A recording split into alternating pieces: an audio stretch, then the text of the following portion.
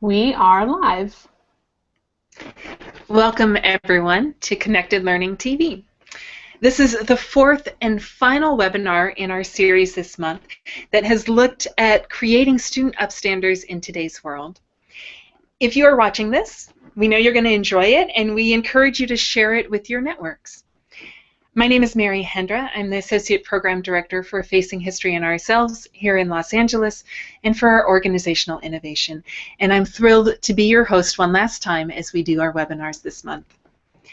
Throughout this series with Connected Learning TV, we've been looking at the steps and strategies that can help students develop their sense of voice and their sense of agency in the world today.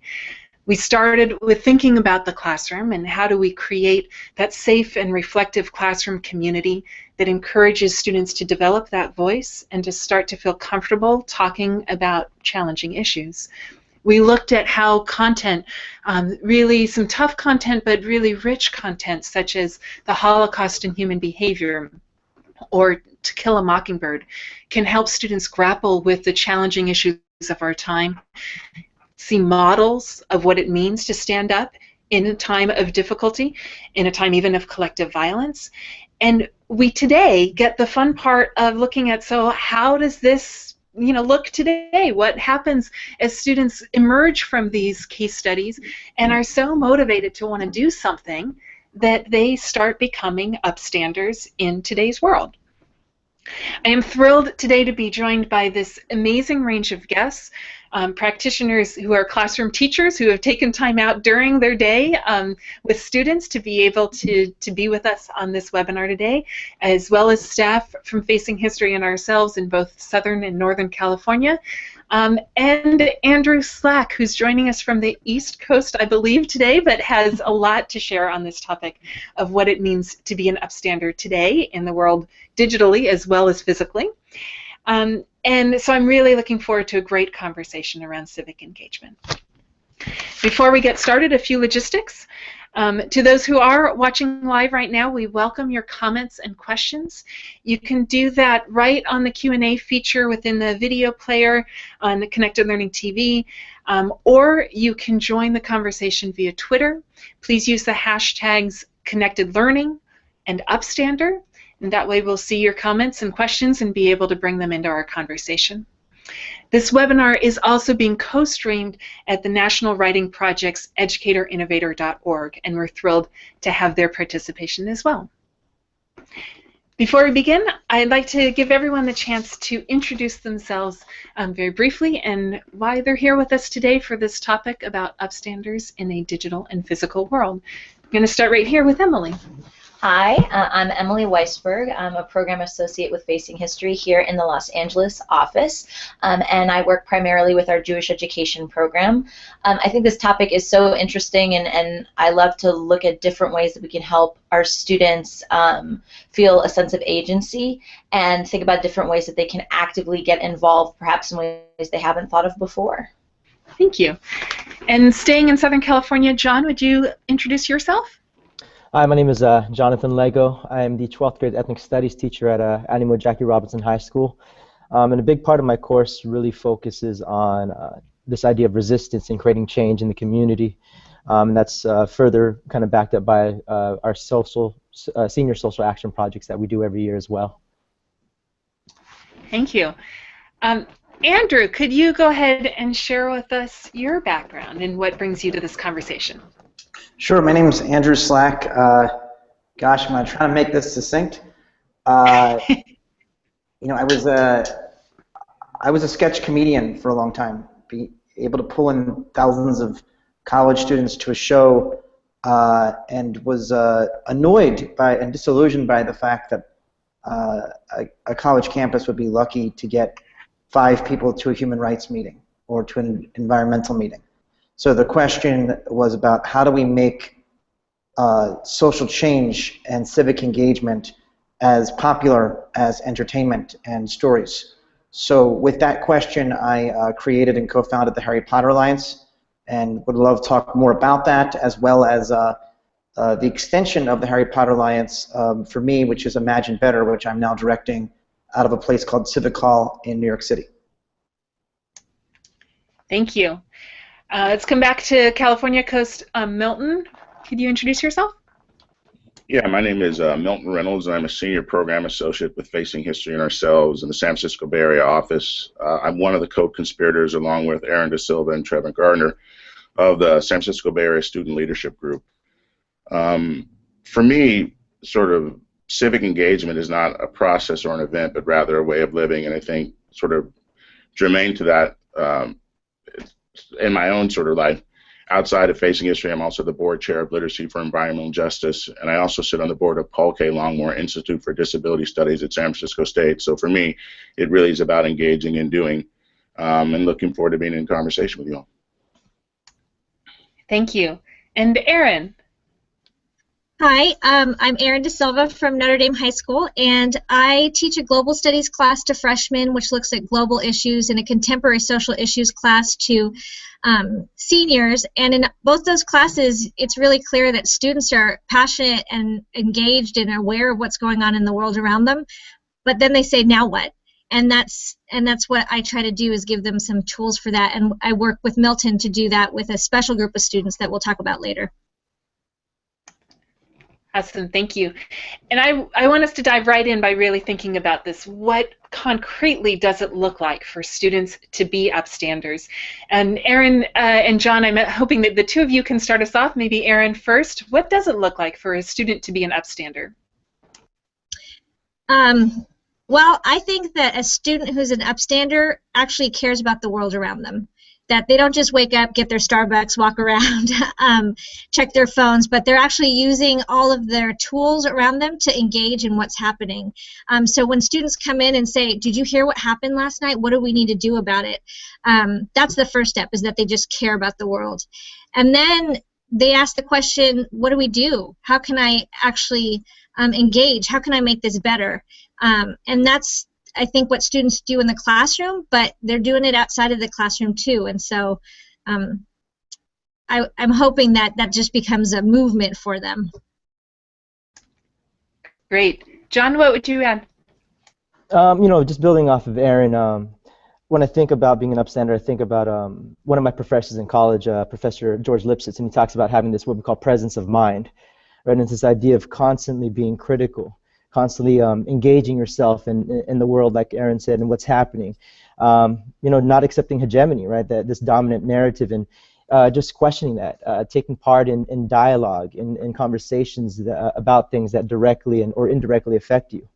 And you know, with that, I think moving forward, even just being able to make informed decisions about things that will affect your life, your community, your family. In either a positive or negative way, but again, just taking part in that process. Thank you. Emily, what do you see? I mean, to sort of build off of what Eran and Jonathan said, I think it's also about helping our students see that both big and small acts contribute to being an upstander. So it doesn't necessarily have to be, you know, a big act of social activism, but could actually be the way that you treat somebody who sits next to you in class, or the way that you treat your family, or the way that you treat your friends, so that small acts have large impact. I think that's really important for our students to hear, so that being an upstander looks lots of different ways. It's not one specific way, so that a student can really feel like, oh, I can do that. I can think of 5 or 6 small things that I can do that really make me feel like I'm standing up and making a difference. Thank you. Mm-hmm.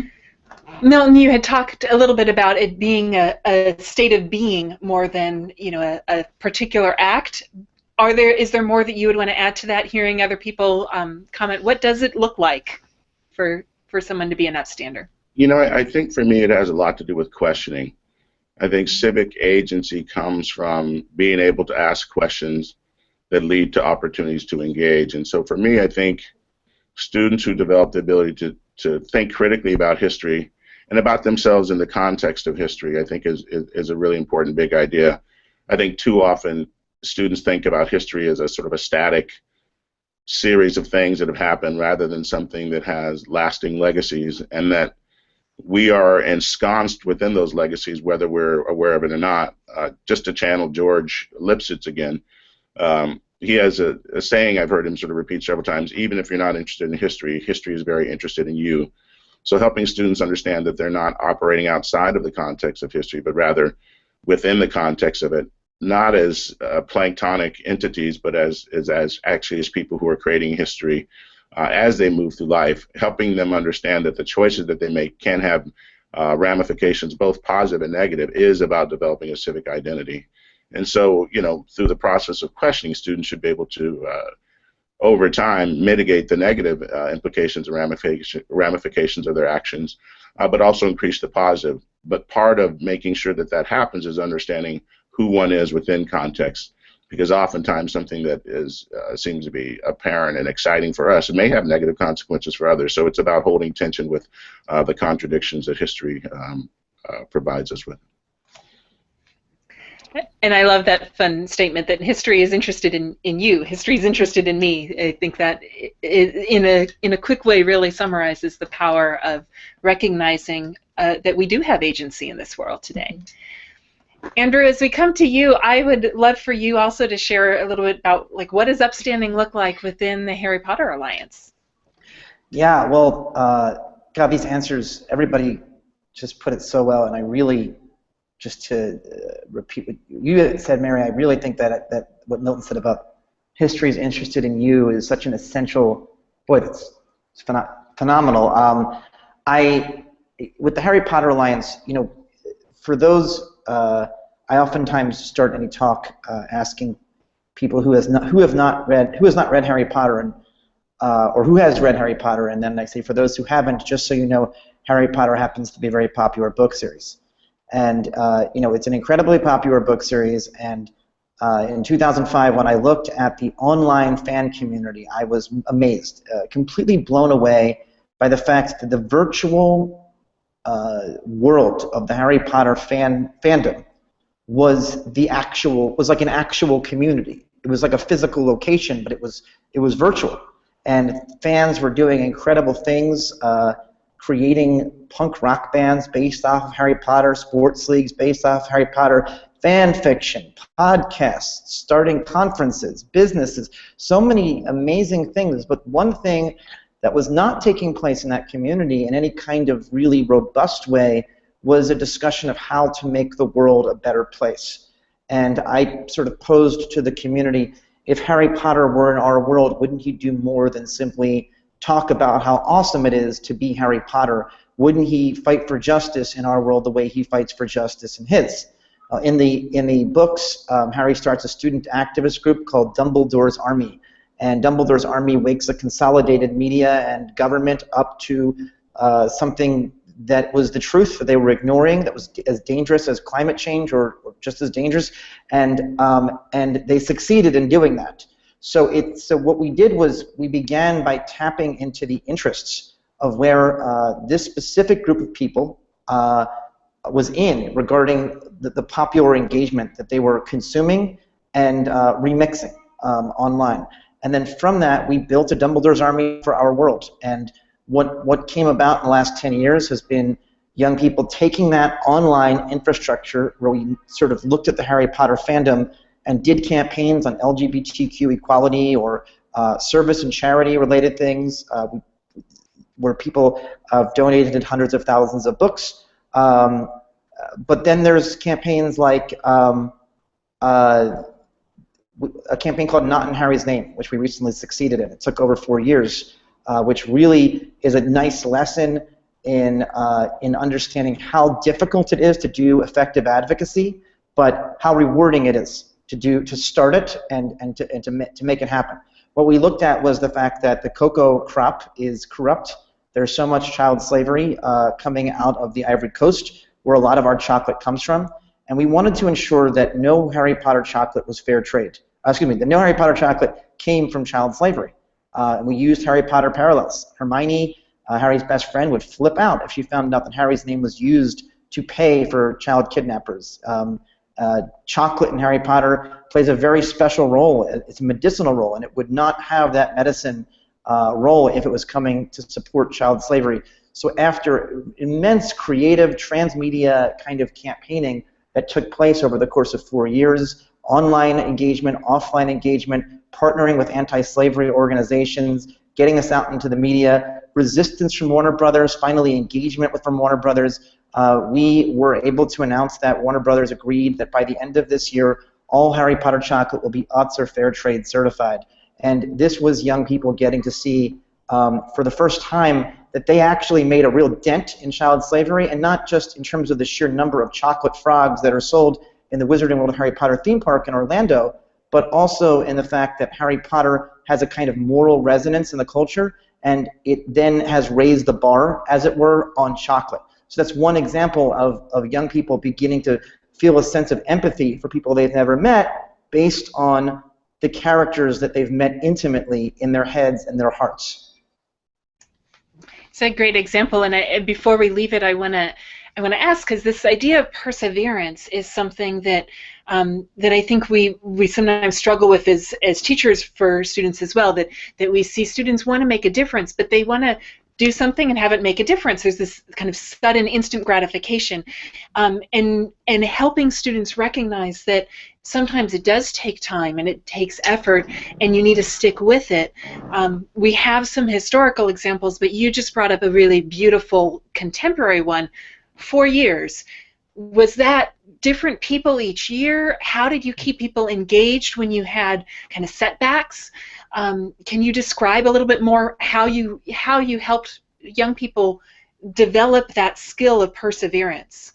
Well, yeah, and the initial idea, first of all, I like to say that to succeed in any purpose, you need the 3 Ps of patience, persistence, and pizzazz. Unfortunately, a lot of educators and activists lack that last one, of pizzazz. And some lack that persistence. And the students can lack persistence and patience, but they love the pizzazz element. We need to bring them all together. It was a young person who came to me in 2008, so it was really 6 years. The campaign officially launched over a 4-year period, but we would talk about it in live webcasts. We'd ask our members, what do you think about this? We got people engaged and excited about it, but ultimately it was incredibly frustrating for everyone. I mean, there were so many setbacks. And the solution to that, I would say, is that we were not only working on that campaign. We took a lot of breaks from that campaign. We kept sticking to it and returning and saying, now we have to return to Not in Harry's Name. This thorn in our side that we are never going to pick out. We are going to continue to say we're going to succeed and we're going to do it. And we're just not ever going to give up. But the sort of reality of what we were pushing, though, was intermingled in the Not in Harry's Name campaign was campaigns on body image to engage people on their own personal issues, was campaigns on economic inequality, looking at the Hunger Games. So by constantly creating a saturation of ways to engage in a variety of things, as well as allowing our chapters to do whatever they want to better their community, it keeps this system of engagement up. And yet the campaign of Not in Harry's Name created this through line of, we're not done. We're going to keep going because of this. Remember this? So it's playing with 2 hands instead of with 1, or maybe 8 tentacles, if you will, instead of with just 1. It seems like that also is giving the opportunity for successes in some areas, even when they've had a setback in one, and that success could help build that momentum. Yeah, I think if we're in no way a religion, but I don't. It's a very dangerous territory to go into. But when you look at activism that's done out of a church or a synagogue or a mosque or something like that, it's not like that specific thing that group is doing is the only thing they do. They engage in rites of passage. They engage in community-oriented things. I think that thriving communities should remember that there's not one thing that you do. When you have humans that are engaged in a space that you've created, you should make it a human space. And a human space is holistic in nature. And the real way to succeed is to not just stick to one goal, although that's important in certain cases, but sometimes that can make things atrophy. So to continue pulling as much as you can from everything and providing as many possibilities continues that necessary engagement for a 4-year campaign. That's fabulous. I want to turn now to Jon, who teaches at Animo Jackie Robinson down here. this idea of patience, persistence, and pizzazz. I think I've seen that in your students over the last few years as we've seen what has come from the class that you now teach. And I would love for you to share a little bit more about what that looks like and how you, over the course of a year, really capping off 4 years at the school, are building student upstanders before they graduate from your school. Hi. You know, again, I think my course is, like you said, like this kind of accumulation of 4 years here at AJR. And I think with you know, our principal, Kristen Boteo, she does a very good job at really putting facing history at the forefront in everything, right? This is the core of who we are. This is the core of our school and how we even go about really teaching our courses. You know, the staff is on board with her. So the staff is on board, and just the way we approach these courses, you know, whether it's English, science, math, ethnic studies, history, social studies, it's from that lens. And with that, I think even more importantly, we've created this culture at our school beyond my class that you know, when we leave AJR, when these students leave AJR, they are agents of change. They acknowledge that they have that power. And you know, with that, we've created spaces for them. They've created spaces for themselves to really empower themselves in. And you know, we have a very active community service group on campus that organize everything from pennies for patients to blood drives to you know, book donations. They volunteer with the Midnight Mission every year. We've created a House of Representatives, and this is you know, this is a student body group comprised of students from all the advisory classes, and you know, in that it's just completely student driven, and they discuss issues of concern amongst the entire student population. Last year, you know, with the leader of the House of Reps and a few other students, they organized a student walkout, you know, with what's happening with police brutality and Ezell Ford, and you know, that was completely student run. One of our students, Cynthia Perez, who is now attending San Francisco State. So, you know, there's a handful of things that are going on outside the classroom as well. And, you know, my class, particularly, like I said, focuses on this idea of community, power, and resistance. And it's really looking at, again, you know, a variety of communities, from LGBT community to the African American community to the Chicano community, and from women and men, and looking at this idea of power and power dynamics between these groups. And you know, what I found useful is always structuring my class in a way that we're not just talking about these issues, but we're also problem solving, right? We're creating solutions. How do we solve these issues? How do we create a more just world? How do we create, you know, equity in this on a larger scale? So with my class, it culminates in the SAP projects, and I'm not sure if you want me to talk about that now, Mary, or a little bit later. I think it could be useful because as you're talking about your students, I think one of the things that has really struck me is how the students have had the opportunity to really think about what's happening in their community, to learn more, and then to choose something that really resonates with them. And I know a few years ago it was the Don't Drop the I-bomb was one of it, with the students who had heard the word illegal used towards them, towards their family, towards friends, and said, you know what, that's offensive, and we want to do something about that. So I think, you know, yes, if you want to talk a little bit about the SAP as student action projects, right? Yeah. So you know, as a graduation requirement for our school, all seniors have to participate in what's called a senior social action project. And with that, they pick a topic of interest, they research it further, and the big part of it is they develop and actually carry out an action plan to address their issue. So in the past, like Mary said, we've had, you know, topics on immigration and immigration reform, and just the language that's used around that topic. Last year, we had a very good, you know, really solid presentation on sweatshop labor and maquiladoras. We had a group of students who actually went to these factories. They asked questions to the managers. They really looked at firsthand what are the conditions look like there. In the end, they were able to fundraise or first educate students about this issue. They performed a skit during our lunchtime and at the International Women's Day rally in downtown, you know, illustrating what these working conditions look like. In the end, they actually were able to fundraise money to provide these men and women in these factories with toilet paper, a first aid kit, water jug that they could use because they came to the realization that these are the conditions that these people are in. And again, that's all student based.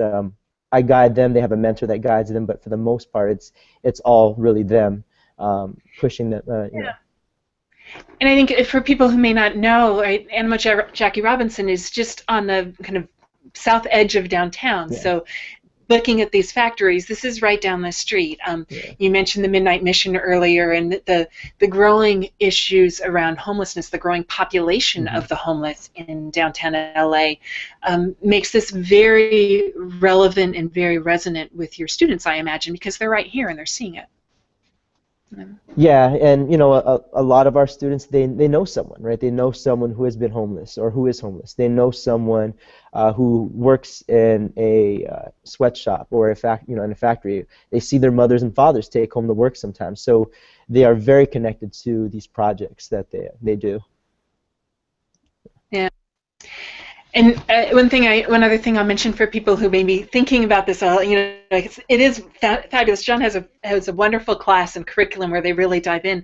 He mentioned in passing the role of mentors, and one of the things I think has always impressed me at this school is that every adult on campus participates in these projects as a mentor to a few students. And so when we think about what a school faculty and a school community can do together, I mean, it's truly amazing that the whole school embodies a lot of this this activism and this engagement through the work they're doing with their students. So with that, I want to turn up north. Eran and Milton mentioned this great group that they have been working with, and Eran, I'll start off with you if you could share more about that. Sure. So what I think is really interesting that both Andrew and Jon talked about was this idea of creating space. So Andrew created space virtually, and Jon creates space in his classroom for students to start really engaging in hard conversations. And what Trevor, Milton, and I started thinking about was, so students know on their campus where those safe places are, or they're used to doing that on campus because that's the school culture. But we started to think bigger. When students leave our campus, what do? Because now things are a little bit countercultural. To be a justice advocate or an activist or an upstander, that's not really the norm. It's a little bit countercultural. So we started talking about creating a network of student leaders. So the Bay Area schools facing history came together, and teachers decided that we would all create student leadership groups on our campus. And the idea was that we would develop their student leaders, but we would also help them start to connect with other student leaders who are like-minded, who are passionate, and who could work together, because we recognized that we as teachers were really benefiting from networking with each other. Our practices were better. We were better practitioners. And what would happen if students were given that space to see that there's other people that are interested? And what the real value, I think, of our network is that our schools are really different. So I'm at an all-girls Catholic school in downtown San Jose. Trevor's at was at a school that was in downtown Oakland with a very different racial and ethnic demographic. We have a school in Hayward. We have a school from San Francisco. So there's different schools, and all our students are so different. And when they first came together, they were a little timid, but over a year, they had created a community that felt safe and felt respected, most importantly, felt empowered. And they were all on the same page, even though they were so different. Thank you. Milton, do you want to add to that a little bit? What has this team done during the course of this year? So we haven't done much yet this year, but we're getting ready to fire some things off. All of the teachers will come together on the 1st, and we'll start our plotting and scheming. But I think, to go back to some of the things that Eran said, I think one of the things for us is that the diversity of our region and the diversity of our student population in schools is really an asset. We've been really cognizant about the need to get students to each other's schools, and I think, part of this deals with the legacies of our own hard history, and that we oftentimes allocate resources as a society based on how we define or historically have defined the relative worth of communities. So, connecting back to the issues that Jon's dealing with in his community, we're dealing with the legacies of history, and I think one of the fascinating things is helping our students sort of wrap their head around a set of big ideas and then it gets catalyzed by seeing the different opportunities, the different opportunity zones in which they exist. And I think as a function of that, it makes the sort of cognitive aspects of learning more affectively available, become something very real. And I think the synergy of them engaging together and the power of shared movement, I think, has been one of the really exciting things. We had an opportunity to bring them together at their teach-in last year with a number of civil rights veterans, queer activists, and activists who worked around issues of Japanese internment. And students had prepared to do a variety of different workshops. I wish I had the flyer with me. Maybe Erin can sort of, I don't know if she has access to it, but they heard from those activists and historical figures, and those historical figures joined them in the workshops. And so to see students going back and forth with people like Phil Hutchings or Stan Yogi, people who are these historical figures, was powerful. And I think it was actually as powerful for those historical figures as it was for them, helping understand that there is continuity of movement, that that not everybody is checked out, and that some are leaning into the exchanges. And I think we're super excited for what's going to happen this year. Among the issues that I think a lot of people are contending with the Bay Area is regional change. The technology juggernaut in the Bay Area is huge, but there's also great asymmetry in wealth creation, and as a function of that, we have a lot of dislocation taking place. And one of the things that happens with dislocation, oftentimes in the service of progress, is that the history of various different communities gets paved over, and built over. And so thinking about history, the reclamation or the conservation of some of the history in the communities, and being able to actually in some cases leverage technology as a way of sort of finding ways to GPS, pen drop and locate sites, and then to curate sites. We can imagine interdisciplinary projects in which students are thinking about what does it mean to curate a memorial or a monument, how do you design it, who is your audience, how do you get it passed, how do you go through city councils, and what happens if they're not down with it? How do you go guerrilla necessarily? It's not necessary that we're suggesting that they do that, but I think oftentimes people who we lionize as activists today were people who were on the margins of society in the past, and that's no less true today. So, what issues have value, what issues get traction, oftentimes has to do with, again, legacies of how membership is defined. But I'm super excited, and I think, when you look at students who have a sense of their own capability and possibility before they even go off to university, for me, I'm super stoked. I mean, I think we need to cultivate a cadre of leadership that's reflective of the population of California, and I think creating structures like what we've created here, what Jon and his colleagues are doing down at Animo Jackie Robinson, are really about tending to the fragility of democracy. Representation is important, so cultivating cadres of people who feel empowered, who actually are able to ask the hard questions, and feel efficacious enough to take bold actions and remain mindful of the consequences and benefits of the choices that they're making. I think that's what makes democracy strong. We're excited. Thank you.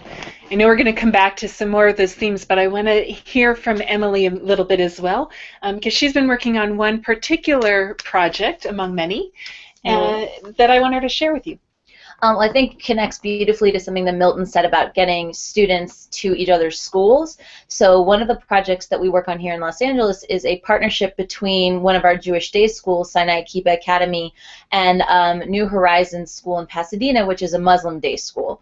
And so they have, this is, I think, the 5th year of their program. We've been lucky enough to be involved, and it's really this idea of, getting them to sit down with one another. And so it's sort of getting them out of this environment of whatever preconceived ideas they might have, whatever they may have heard or not heard outside, and then come together and really find the commonalities. So celebrate what's unique to their communities, but find those commonalities. And so they spend one day at the Jewish day school and another day at the Muslim school, and they spend the day together studying and learning, participating in prayer with that's led by the respective schools, and really looking at some important topics. So this past year the topic was, what does it mean to be an American teenage Jew or an American teenage Muslim, and this idea of, what are the similar issues that they navigate, what are some of the obstacles that they have, and what are some of the positives that come with those sort of pieces of their identity. So it's been a really amazing experience to see the students build relationships with one another and continue those relationships beyond those 2 days every year, which is really what we hope will happen. And also creating some conversation with parents, because there are some really strong responses coming from parents at both schools about this exchange program happening. So it's a huge testament to the teachers who have made this program happen, created this program, and it's also struck me in hearing the student voices, something that reminds me of what Andrew talked about, of the space for multiple engagement. So you have students who develop friendships here, as well as looking at some really tough issues. Yeah. Well, I think foundationally it is about that personal connection. So when people are able to sit down and say, oh, hey, you're a person, I'm a person, let's connect, let's talk about some of the small things that we have in common that are really human and basic, and then expand it out to sort of delving into these more challenging issues. And I think that speaks to that idea that Facing History often talks about, of creating a safe and reflective space. So once students feel safe and once they connect on a bunch of different levels, then you can really dive deeply into some of those more challenging, maybe scary questions. Yeah, which I think for these two groups, part of that, the challenging, is times where they've really felt targeted, they've been targeted, and being able to challenge the that discrimination and the stereotypes in American society towards both of their groups. Absolutely. Right? Yeah, I think that's spot on. So we did get a question from some of the viewers that I want to come back to, and it's a question around privilege, really. Yeah. And I want to read the question, and then I think Eran was going to start us off on it. But the question is, what are some strategies for encouraging students who might come from more privileged backgrounds to be upstanders? That is, students who have not seen these issues in the everyday lives. So we talked about with Jon, students who may know somebody who's homeless, may live right next to where some of these factories are. But this person is asking, how do we create a culture of empathy and action for students who have come from a more privileged background? Eran, let's go ahead and start us off. So my school population is diverse socioeconomically, so we have students who are on financial aid, and we also have students who are very privileged. And so I think I want to just talk about briefly macro versus micro level ways to do this. So the macro level is our school culture really is one that values social justice. So we have a program called Education for Justice and Leadership, and both co-curricular and curricular programs supports that. So students can go on immersion trips, but students are also learning in the classroom about social justice to think academically about it. But really, I think one of the best ways is by allowing students to know personal stories. As soon as the individuals are able to connect with each other and people know each other as people, it's hard to ignore issues, or it's hard to label problems with sort of what the media labels as why are people poor? Why are certain groups disadvantaged? And so they have to really think about it as real people, human dignity, and you start to care. I think you start to empathize, because the person that has a locker next to you now is going through issues that you thought was only part of a political debate. So I think the more you can connect diverse groups together and create a safe space for them to start knowing each other and caring about each other, then you can't get away from social justice, because it's your neighbor or your friend or the person that's in your class. Great. Milton? I think for me it's also about the history that students have access to, and the sets of ideas that shape the questions that they ask. I know that sort of in some of the earlier stuff you'd mentioned, sort of the idea of race and membership. It's actually, as I think about a lot of the work that we do, a lot of it's tied very directly to a resource-tied race and membership in American history, but it's really about understanding the power of eugenics. Looking at the scientific reification of race is really at the epicenter of the modern society, and how we assign value and meaning to people has implications differently. I think one of the challenges we face as a society in our efforts to address our own history is that sometimes the ways in which we approach it are maladaptive, and so we talk around the history, and we lean into frames that, while might appear to be democratically generative, can be sort of stultifying. I think about this idea of one of the downsides of sort of the collision of multiculturalism and colorblindness is this idea that everybody has an identity, that everybody's identity is the same. And that really denies the historical reality of the various different groups within our society. And so rather than thinking about some people live in a community because they simply worked harder, we can look at the history of how our own government allocated resources differently, creating opportunity zones for some and others bereft of opportunity.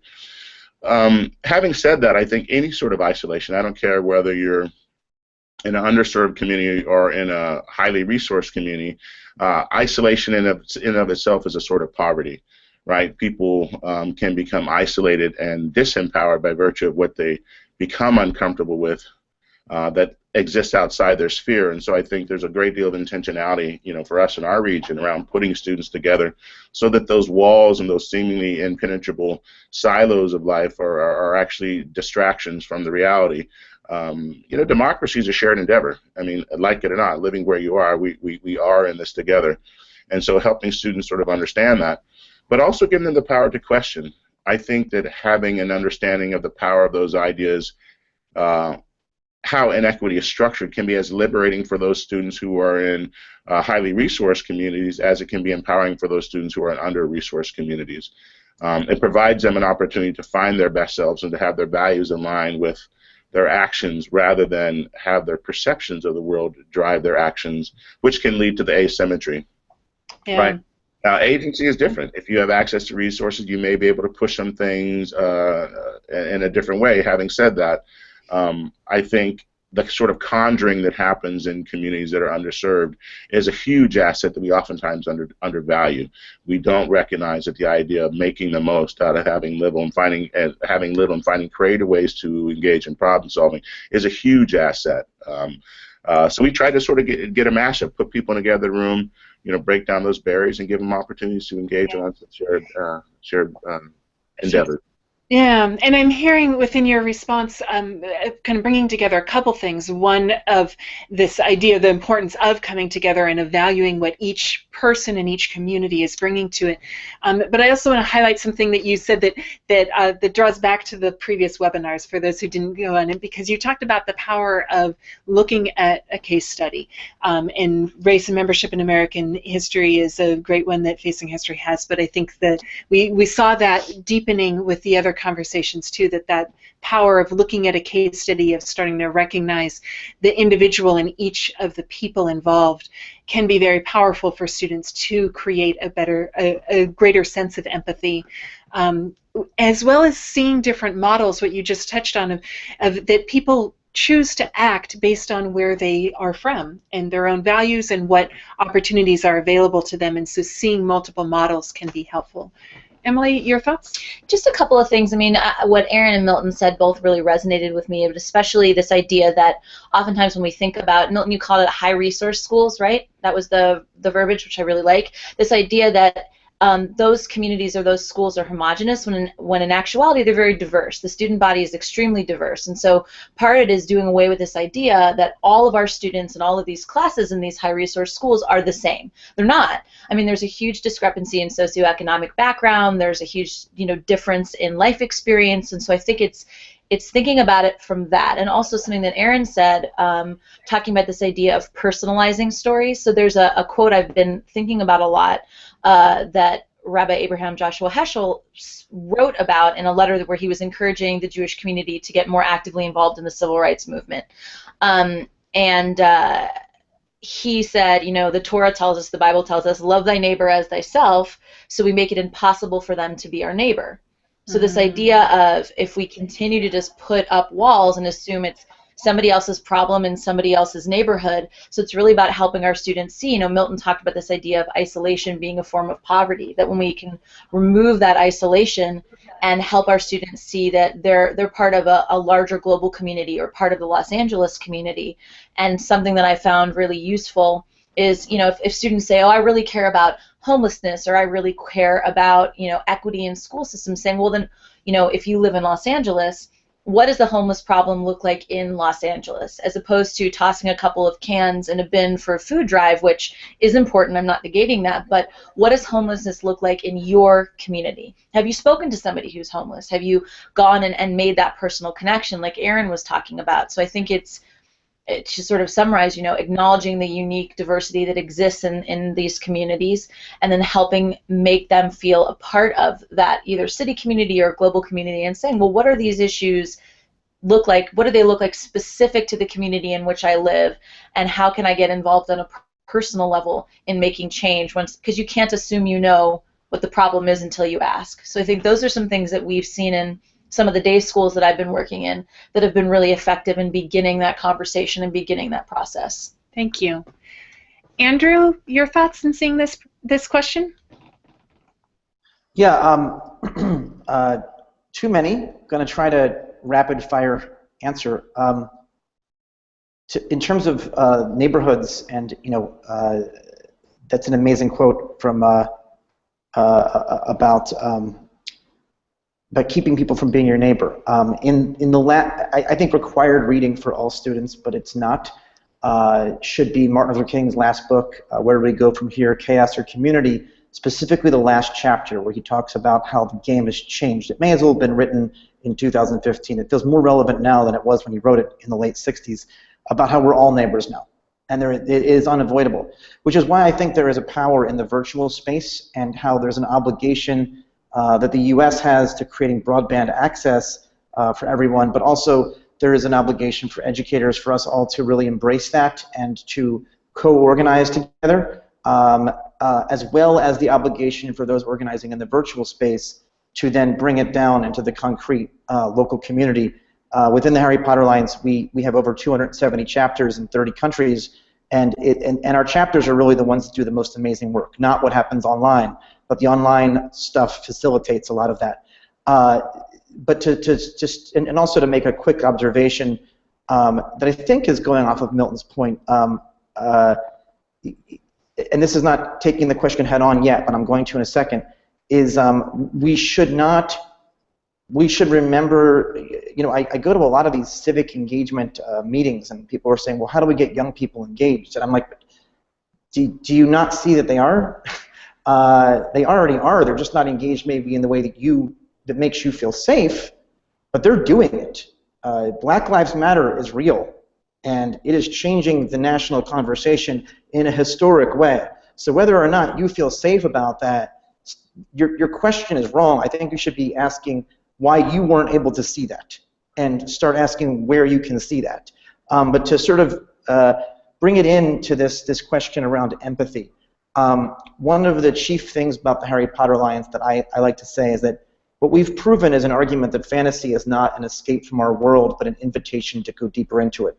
And when we look at the issues that we care about in our stories, our popular fiction stories, we can draw parallels to our personal lives.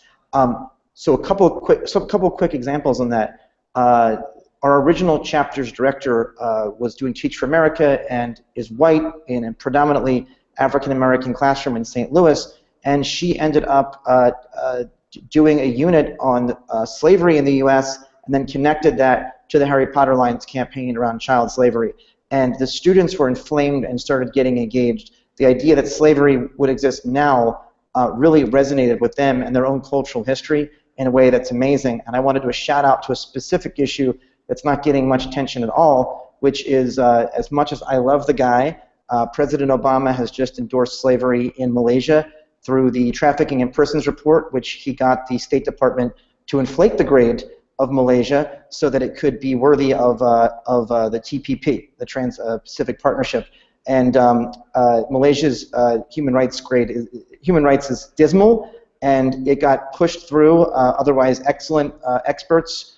And we should be talking about the fact that a grave was just found of butchered migrant workers. Malaysia's done nothing meaningful, and it got its grade inflated, whereas Cambodia, which has actually made huge changes, has not, and how that systemically is a huge problem.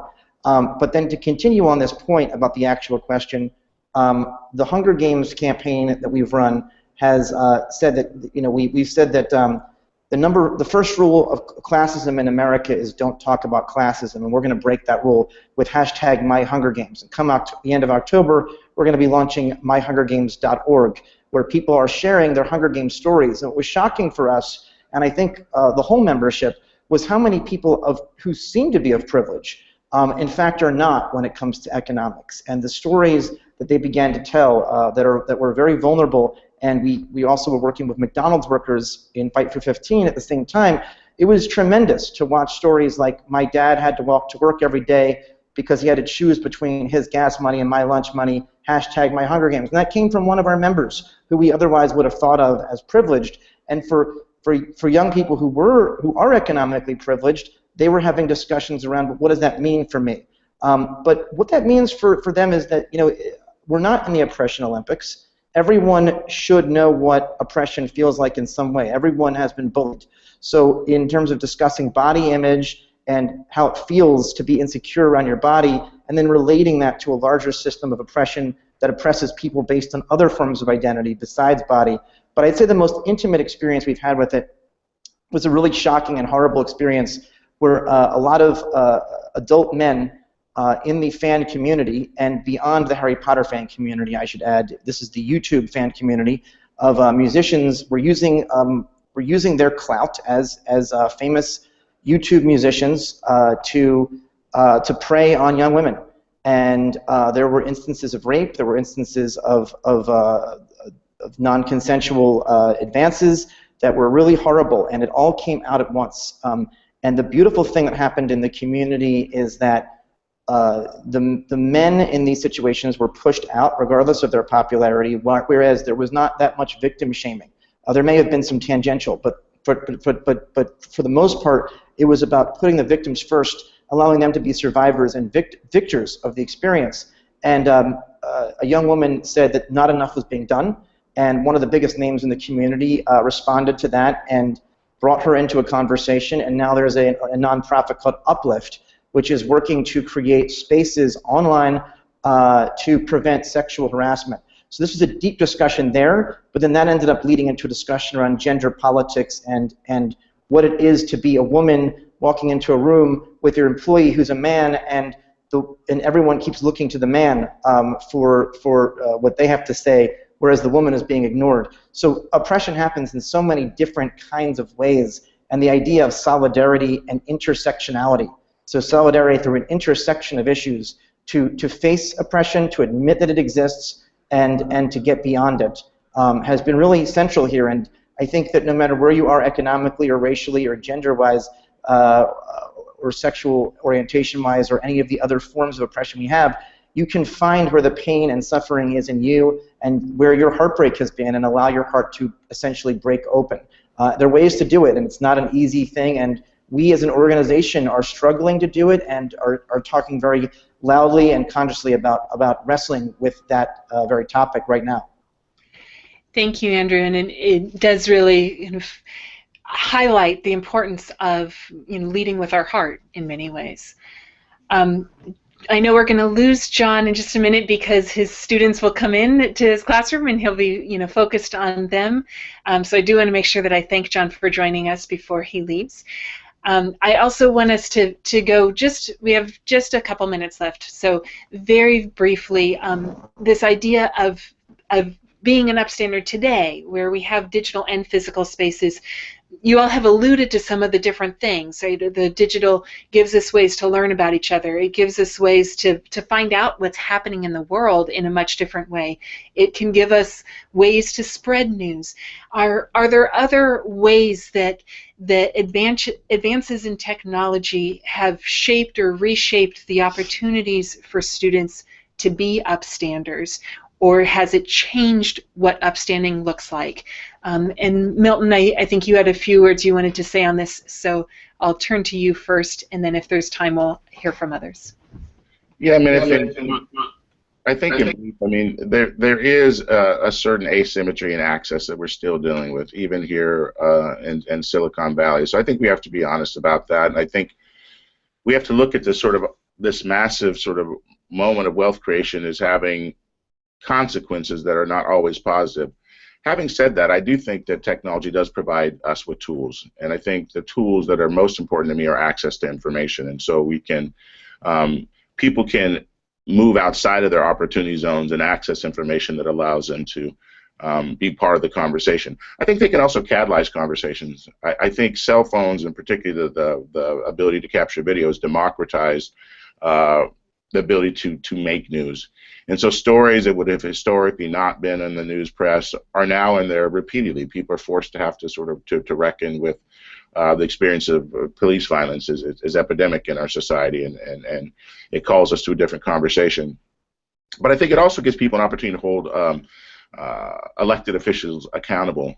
We participated in something called Project EDA, and just really briefly, it was Educating for Democracy in the Digital Age, and we did that in collaboration with Oakland Unified School District and Mills. And so a number of teachers were innovating around technology in the classroom. One lesson specifically had to be tied to technology, but it could be more than that.